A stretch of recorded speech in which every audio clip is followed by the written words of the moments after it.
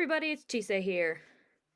So, Otona Precure episode 2 was just released yesterday, 2 days ago. It's like 1 a.m. when I'm recording this, so I don't know. But Otona Precure episode 2 has been released, so now I'm going to, give my thoughts on it, of course. And I did post episode 1 a little later than I wanted to because school, but it so far has 52 views, which is more than I was expecting it would get, so thank you all for watching. I wasn't sure how well this was going to do, so I'm going to continue making these because I can, but thank you for watching episode 1 if you did, and yeah, I don't think I have much of a preamble this time around since it is the second episode, and I covered everything I really wanted to in the last episode, so why don't we just go ahead and get right into the summary of today's episode. We start where the last episode left off. The villain, Belle, is starting to spread her darkness across the town. After the opening sequence, we see Syrup tending to the Cure flower garden in Palmyre Kingdom, when he suddenly spots a flower he doesn't know. We then cut back to the restaurant where Nozomi and Co. are ordering their round of drinks. Once they've ordered, they begin to share about their careers and what they've been up to in their lives. We then cut back to Palmyre Kingdom, where Syrup approaches Nuts and tells him about the mysterious flower. The next day, we are shown the difficulties Komachi, Karen, and Urara are facing in their jobs.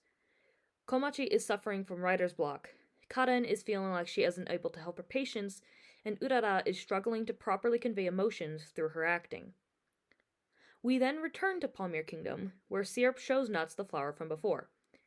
Nuts explains that this is what's known as a time flower, but otherwise it is completely shrouded in mystery. We then cut back to see Kudumi at her job, where she is being scolded by her boss for wanting to go home on time, and instructs her to clean the meeting room instead. We cut to Nozomi, who is waiting for Rin in their usual meeting spot.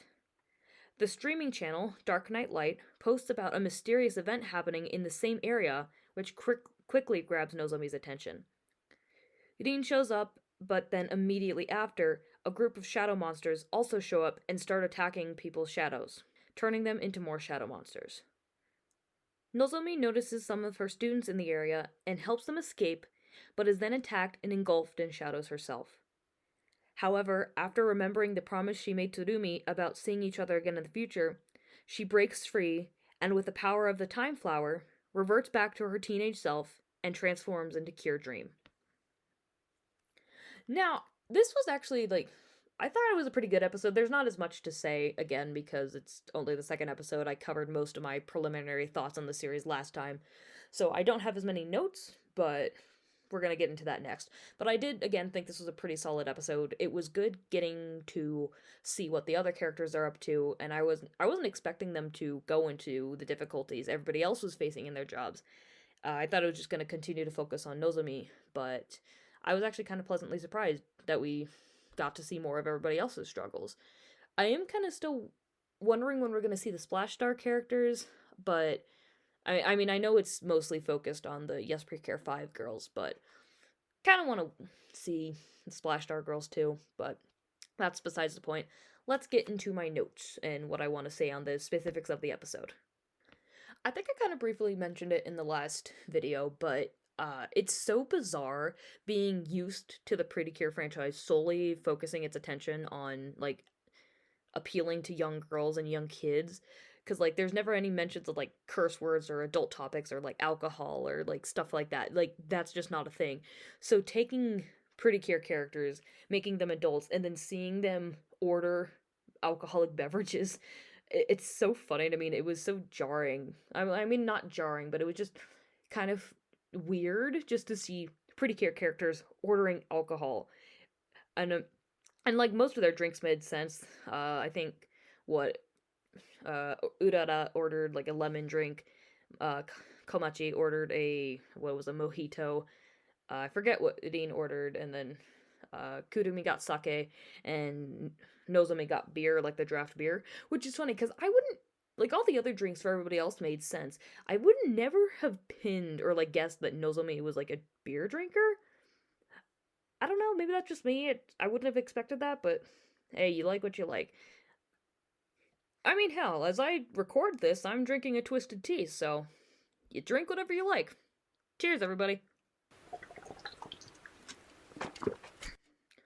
Although, like, I guess, Karen was the only one who didn't actually get an alcoholic beverage. She got just, like, an oolong tea, because her justification was that she's a doctor, so sometimes she has to get called in on emergencies, and so, like, obviously, if she's intoxicated, she can't do that, so it would kind of, like, jeopardize her job.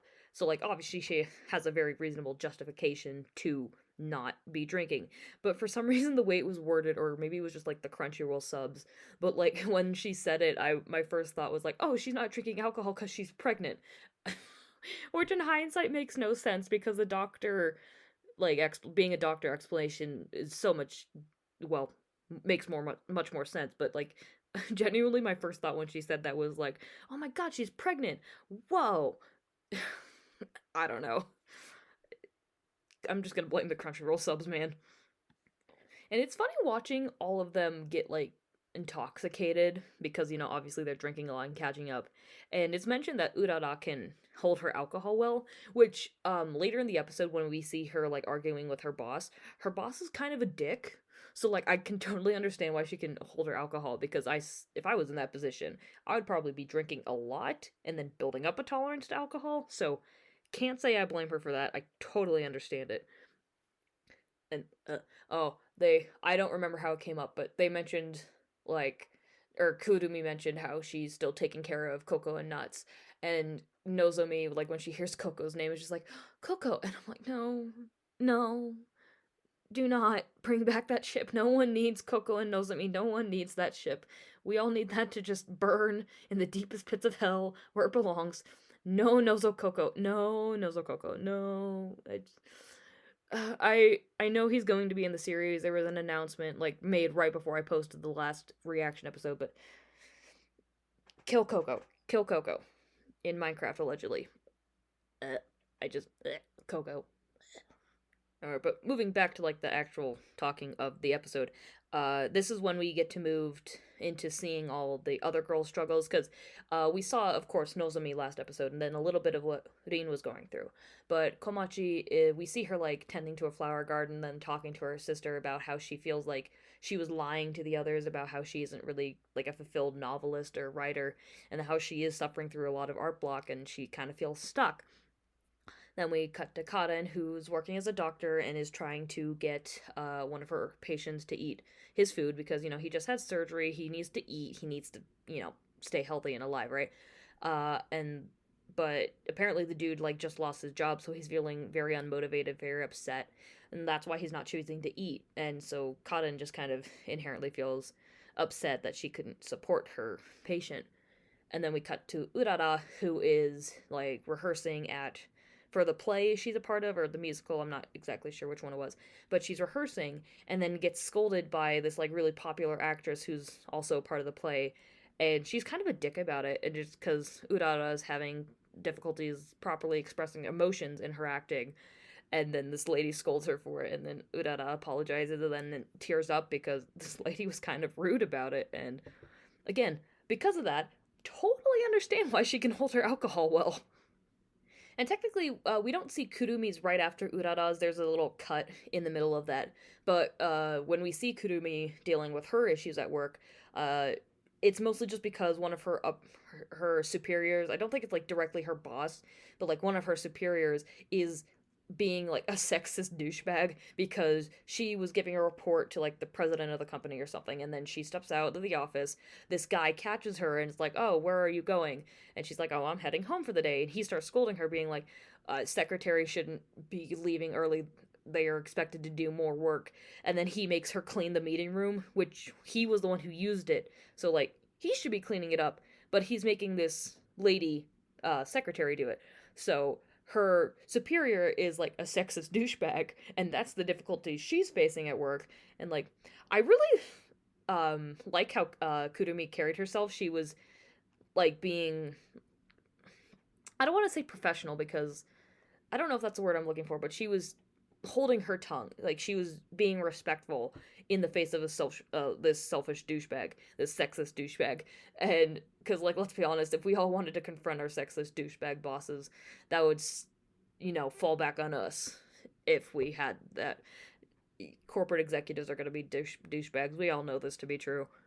And then I know I mentioned also in the last episode the global warming issues were very prevalent. They weren't as prevalent in this episode, but the little mention we did get, we see some convenience store workers tossing trash into the dumpster out back, and they see food in there that looks perfectly good to eat, but because it's past its expiration date, they have to throw it out, which really sucks because like expiration dates and like sell by dates, best by dates, like those kinds of things are total like scams in a way because just because it's past its expiration date doesn't mean it's going to go bad, right? So they're all like, oh, this kind of sucks. This is perfectly good to eat. But what can we do? It's policy. And then they're attacked by a shadow monster, but you know.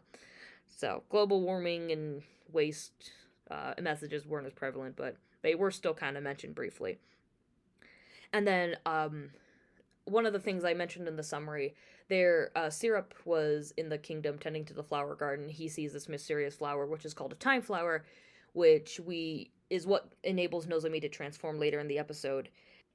But I think the idea of it really continues to tie, kind of like I mentioned at the end of the last episode, tying into the theme of time and how time can't be reversed, can't be time and clocks is like a big theme that I'm noticing, and that time flower obviously ties into that because it's called the time flower, right?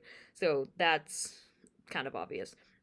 And then once that like the flower's revealed, then we cut back to Nozomi meeting up with Rin, and then the shadow monsters showing up, and they begin to like attack the people. And oh god, the CG! Oh my god, the CG! Oh, oh my god, the CGI! Oh no, no! Oh, it's so bad. Oh my god. Okay, so besides the horrifically bad CGI, I do like that the monsters are like attacking people's shadows and then creating them into shadow like monsters. That was kind of cool. Um, and then we kind of come to one of the big controversies of this episode because when Nozomi transforms, she is she gets the power from that time flower. Like the time flower in the kingdom blooms, and then she gets her power because of that. And when she's like touched by the butterfly that gives the power, she de-ages and reverts back to her teenage self from middle school. And everybody was kind of upset about that because they thought she was going to, like, the characters were going to fight as adults and become pretty cures as adults and have adult pretty cure designs, but instead they're just going to revert back to their teenage selves and their teenage pretty cure designs. So I know a lot of people were upset about that. Personally, I don't mind it because if you remember from the last episode, Belle was the villain was really reiterating time cannot be rewound, time cannot be stopped. There is the constant focus on the clock tower in the show. There is the repetition of the Roman numerals in the opening and the ending sequences. Like, time is a big focus, clearly, a big theme of this season, of this series. So I wasn't really surprised when Nozomi reverted back into her teenage self because it obviously goes against what Belle was saying about time cannot be reverted. Because obviously, Nozomi just reverted time back to her teenage self so she could become a pretty cure again. So, like, I know a lot of people were upset about that. Personally, I didn't mind it all too much. However, what I did, or what I was not happy about, was the fact that they literally just reused the same exact stock footage from Yes Precure 5 Go Go from 2008. Compared to the modern animation of the rest of the episode, this looks not terrible, but it definitely looks so out of place, which is bizarre because if you remember in the Healing Good movie, the Yes Precure 5 Go Go Girls, it was like a collab movie, and in that movie they didn't like reanimate the transformation sequences for the Go Go Girls. They just recolored them and made them look like updated. They made them look shinier. They made them look better. I don't know why they couldn't just do that for this series as well. They just used the same animation from 2008 in a 2023 anime.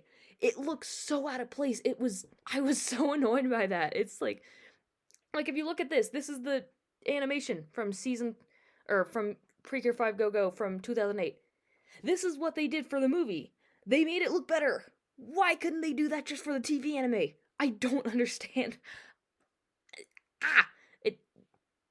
That's besides the point. Let's calm down. Toei's lazy, we all know this. Let's move on. Editing Chisei here. I've kind of thought about it a little bit more over the past day or so.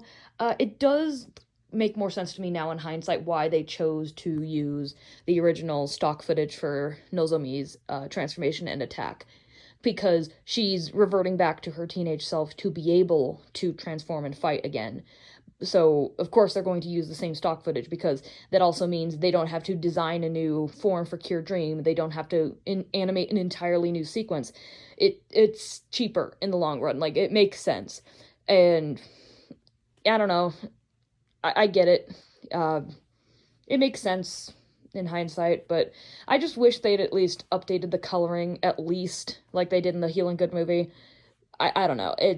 I'm not as mad about it now. I wasn't mad to begin with. I'm just not as irritated with it as I was yesterday. But I don't know. I just still kind of wish they had at least updated the coloring. Anyways, back to the regular video. So, like, even though the reuse of the stock footage was annoying, oh my god, the fight scene was awesome. Cure Dream is such a badass.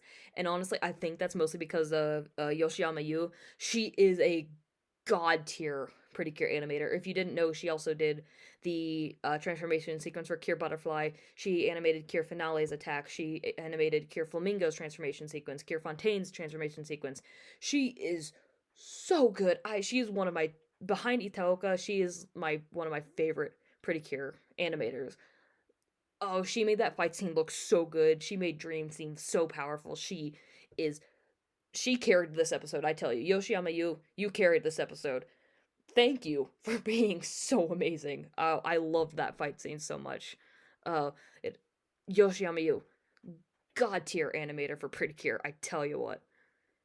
And then that's pretty much where like the bulk of the episode ends. Not like Nozomi D transforms. She looks at Rin. She's like, "Oh my god, I got my thing back," and whatever. And then we see the ending sequence, and then the episode preview, and then that's pretty much it. So it looks like, based on the preview, next week is going to be a Karen themed episode. We're gonna see more of her struggles as a doctor, and then she's gonna become a Pretty Cure again. So that's gonna be cool. So I'm excited to see what that episode's about, because I don't know, it's a different character. It's not no. I just like seeing focus on other characters. Like, we don't have to just focus on the lead Cure. Thank you. So I think it's going to be a really good episode, and I'm excited to see the others fight as well. I just kind of hope they all have really good fight scenes too. Yeah, I think that's going to conclude my thoughts on Otona Precure episode 2. If you'd like to check out the last episode, my reaction to episode 1, you can find the link to that in the description, as well as links to my Twitter, my TikTok, my fan series on Archive of Our Own, stuff like that. All those links will be down in the description below. And again, if you have any feedback onto how I could improve these episodes, do leave that in the comment section below. I will try to take that into account as much as I can. Well, I hope you guys enjoyed this episode, and I hope you have a good rest of your day. Have fun, don't die.